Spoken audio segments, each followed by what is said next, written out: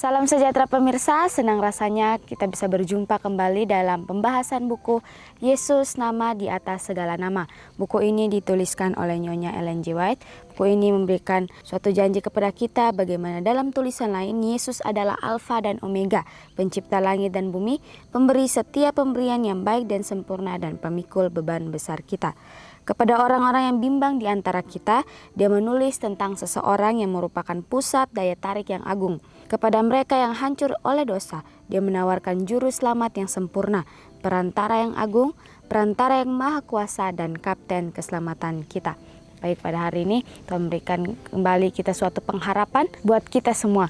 Bagaimana dikatakan, walaupun dalam masalah kehidupan kita, biarlah kita serahkan itu ke dalam tangan Tuhan. Dan dikatakan bahwa dia adalah pemikul beban besar kita. Dia adalah pencipta langit dan bumi dan pemberi setiap yang baik dan sempurna.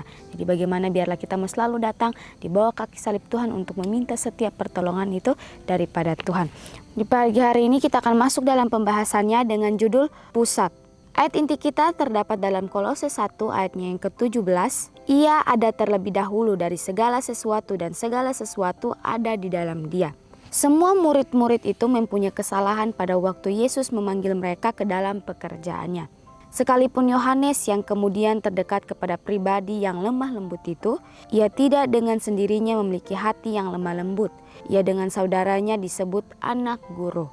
Sedang mereka bersama-sama dengan Yesus, sesuatu penghinaan yang ditunjukkan kepadanya menimbulkan kemarahan dan perkelahian. Sifat yang tidak baik, pembalasan dendam, roh mengkritik berada pada murid yang dikasihi itu. Tadinya ia sombong dan bertujuan akan menjadi yang pertama dalam kerajaan Tuhan.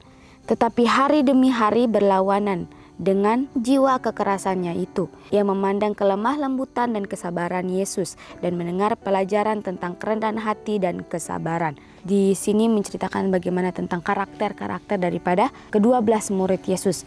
Mana di sini dikatakan ketika Yesus memanggil ke-12 murid ini untuk menjalankan suatu pekerjaan ketika Yesus ada di muka bumi. Dikatakan semua murid-murid itu mempunyai kesalahan pada waktu Yesus memanggil mereka ke dalam pekerjaannya. Dan dikatakan sekalipun Yohanes kemudian terdekat kepada pribadi yang lemah lembut, dia mempunyai suatu karakter yang sangat tidak baik, yaitu ia sombong dan juga ia mempunyai roh mengkritik ada dalam murid yang dikasihi itu. Dan dikatakan juga ia sombong karena ia mengatakan bahwa ia bertujuan ingin menjadi yang pertama dalam kerajaan Tuhan.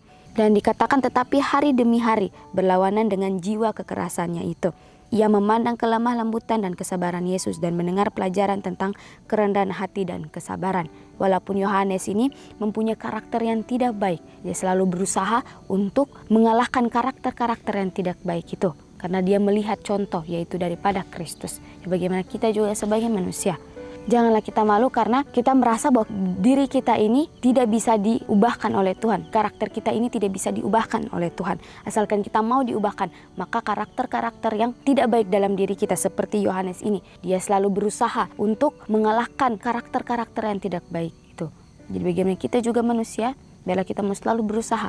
Saya sendiri juga berusaha untuk memperbaiki diri saya, memperbaiki karakter tidak baik dalam diri saya. Dan dikatakan ia membuka hatinya kepada pengaruh ilahi dan menjadi bukan hanya pendengar tetapi pelaku firman juru selamat. Diri sendiri telah tertutup dengan Kristus. Ia belajar memakai kuk dari Kristus dan memikul bebannya. Katakan Yohanes ini, dia tidak mendengar firman saja. Dia tidak hanya duduk dan mendengar apa yang dikatakan oleh Yesus. Tapi hari demi hari dia melakukan apa yang dikatakan oleh firman dan juru selamat itu. Karena ia juga membuka hati kepada pengaruh ilahi. Baiklah, suatu karakter daripada Yohanes ini boleh menjadi kebahagiaan dalam kehidupan kita juga. Karena dikatakan Yohanes membuka hatinya. Dia menyerahkan hatinya, dia menyerahkan hidupnya sepenuhnya ke dalam tangan Tuhan. Bagaimana dia mau diubahkan oleh Tuhan. Di bagaimana kita juga sebagai manusia. Biarlah kita mau diubahkan sepenuhnya oleh Tuhan. Suatu pelajaran yang sangat luar biasa kepada kita semua, kepada saya pribadi sendiri. Biarlah kita mau selalu menyerahkan hidup kita, biarlah kita mau membuka hati kita. Tuhan memberikan pilihan demi pilihan ke dalam tangan kita. Bagaimana pilihan itu boleh kita gunakan? Apakah kita mau menerima Tuhan selalu hadir dalam hati kita, membuka hati kita untuk menerima Kristus, untuk mengubah hidup kita? Ataukah kita menutup hati kita sehingga Tuhan tidak dapat masuk untuk mengubahkan hidup kita dan juga karakter kita. Kristus menegur murid-muridnya yang menggambarkan dan memperingatkan mereka Tetapi Yohanes dan saudara-saudaranya tidak meninggalkan dia. Mereka memilih Yesus sekalipun ada celaan. Yesus tidak undur dari mereka sebab mereka ada kelemahan dan kesalahan. Mereka meneruskan sampai kesudahan dan mengambil bagian dalam kesusahannya serta mengikuti pelajaran dari hidupnya. Oleh memandang Kristus mereka diubahkan di dalam tabiat. Bagaimana dikatakan Kristus ini sering menegur murid-muridnya. Kita juga sendiri mungkin ditegur karena sifat yang tidak baik dari kita. Mungkin ada rasa marah, mungkin ada rasa dendam atau kesombongan dalam diri saya sendiri. Sehingga saya tidak mau ditegur. Tetapi dikatakan di sini Yesus menegur murid-muridnya, tetapi Yohanes dan saudara-saudaranya tidak meninggalkan Yesus sampai masa kesudahan di mana Yesus disalibkan, sampai di mana Yesus diangkat ke surga. Dan dikatakan Yesus tidak undur dari mereka sebab mereka ada kelemahan dan kesalahan. Walaupun Yohanes dan juga saudara-saudaranya, walaupun saya dan juga saudara mempunyai banyak kesalahan, katakan Yesus tidak pernah undur. Yesus mau selalu mengubahkan hati kita, asalkan kita mau selalu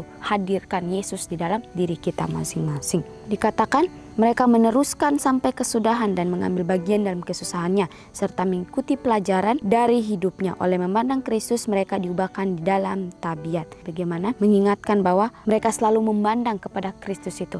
Mereka selalu memandang contoh itu daripada Kristus sehingga tabiat mereka boleh diubahkan. Baiklah kita sebagai manusia mengingat bahwa ketika Tuhan datang ke dunia ini, Tuhan memberikan banyak sekali contoh, memberikan banyak sekali tabiat yang sangat baik dalam kehidupan kita. Jadi bagaimana kita juga sebagai umat manusia, biarlah kita selalu memandang kepada Tuhan, selalu menyerahkan hidup kita kepada Tuhan, maka hari demi hari tabiat kita itu akan selalu diubahkan.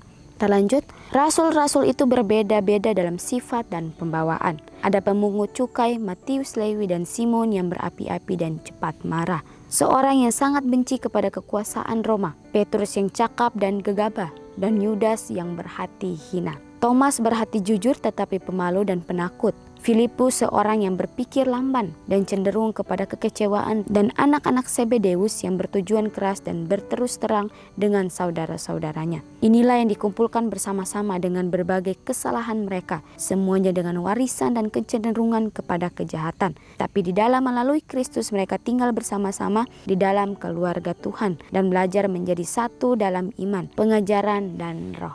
Sangat jelas dikatakan bahwa rasul-rasul ini, ke-12 murid Yesus ini, mereka datang dengan sifat yang berbeda-beda. Ada Matius, Lewi, ada Simon yang berapi-api dan cepat marah, ada juga Yudas yang berhati hina. Di sini kita tahu bagaimana cerita daripada Yudas, di mana dia menjual Yesus hanya karena 30 keping perak, karena keegoisannya dia. Tapi di sini dikatakan inilah yang dikumpulkan bersama-sama untuk mengubahkan kesalahan, mengubah tabiat mereka. Dan dikatakan juga ada Thomas yang berhati jujur tetapi pemalu dan penakut. Ya, banyak sekali karakter-karakter yang berbeda-beda daripada ke-12 murid ini. Inilah suatu contoh bagi saya pribadi. Saya mempunyai banyak sekali kesalahan, saya mempunyai banyak sekali karakter yang tidak baik dalam diri saya. Tapi di sini dikatakan biarlah kita mau untuk diubahkan, biarlah kita mau selalu menyerahkan hidup kita, biarlah kita selalu memandang Tuhan untuk dapat mengubahkan tabiat-tabiat yang tidak baik dalam diri saya pribadi. Dan dikatakan bahwa inilah yang dikumpulkan bersama-sama dengan berbagai kesalahan mereka, semuanya dengan warisan dan kecenderungan kepada kejahatan. Tapi di dalam dan melalui Kristus mereka tinggal bersama-sama di dalam keluarga Tuhan, belajar menjadi satu dalam iman, pengajaran, dan roh.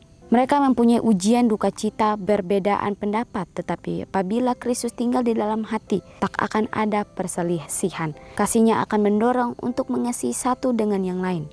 Pelajaran yang dari Kristus mencocokkan segala perbedaan, membawa murid-murid ke dalam persatuan, sehingga satu dalam pikiran dan pendapat. Di sini dikatakan bahwa mereka mempunyai ujian, duka cita, dan juga banyak sekali perselisihan yang terjadi dalam kelompok daripada Kristus ini. Dan juga dikatakan banyak sekali dari mereka mempunyai perbedaan pendapat. Tetapi apabila Kristus tinggal di dalam hati, tak ada perselisihan. Kasihnya akan mendorong untuk mengasihi satu dengan yang lain. Pelajaran dari Kristus mencocokkan segala perbedaan, membawa murid-murid ke dalam persatuan.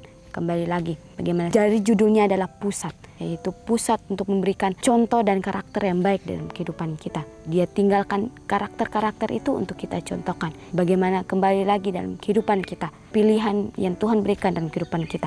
Apakah kita mau mengikuti karakter-karakter itu? Mungkin sulit bagi kita sebagai manusia, tetapi biarlah kita selalu meminta Tuhan untuk membantu kita, untuk selalu menolong kita dalam kesulitan-kesulitan yang kita hadapi. Dikatakan bahwa walaupun banyak sekali murid-murid mempunyai kecacatan dalam kehidupan mereka, tetapi ketika mereka menghadirkan Kristus dalam hati mereka, disitulah mereka menjadi satu dengan Bapa dan juga mereka menjalankan apa yang menurut Tuhan itu baik dalam kehidupan mereka. Kristus adalah pusatnya dan mereka akan semakin dekat satu sama lain sementara mereka mendekati pusat itu. Alfa dan Omega, jilid 5 halaman 314.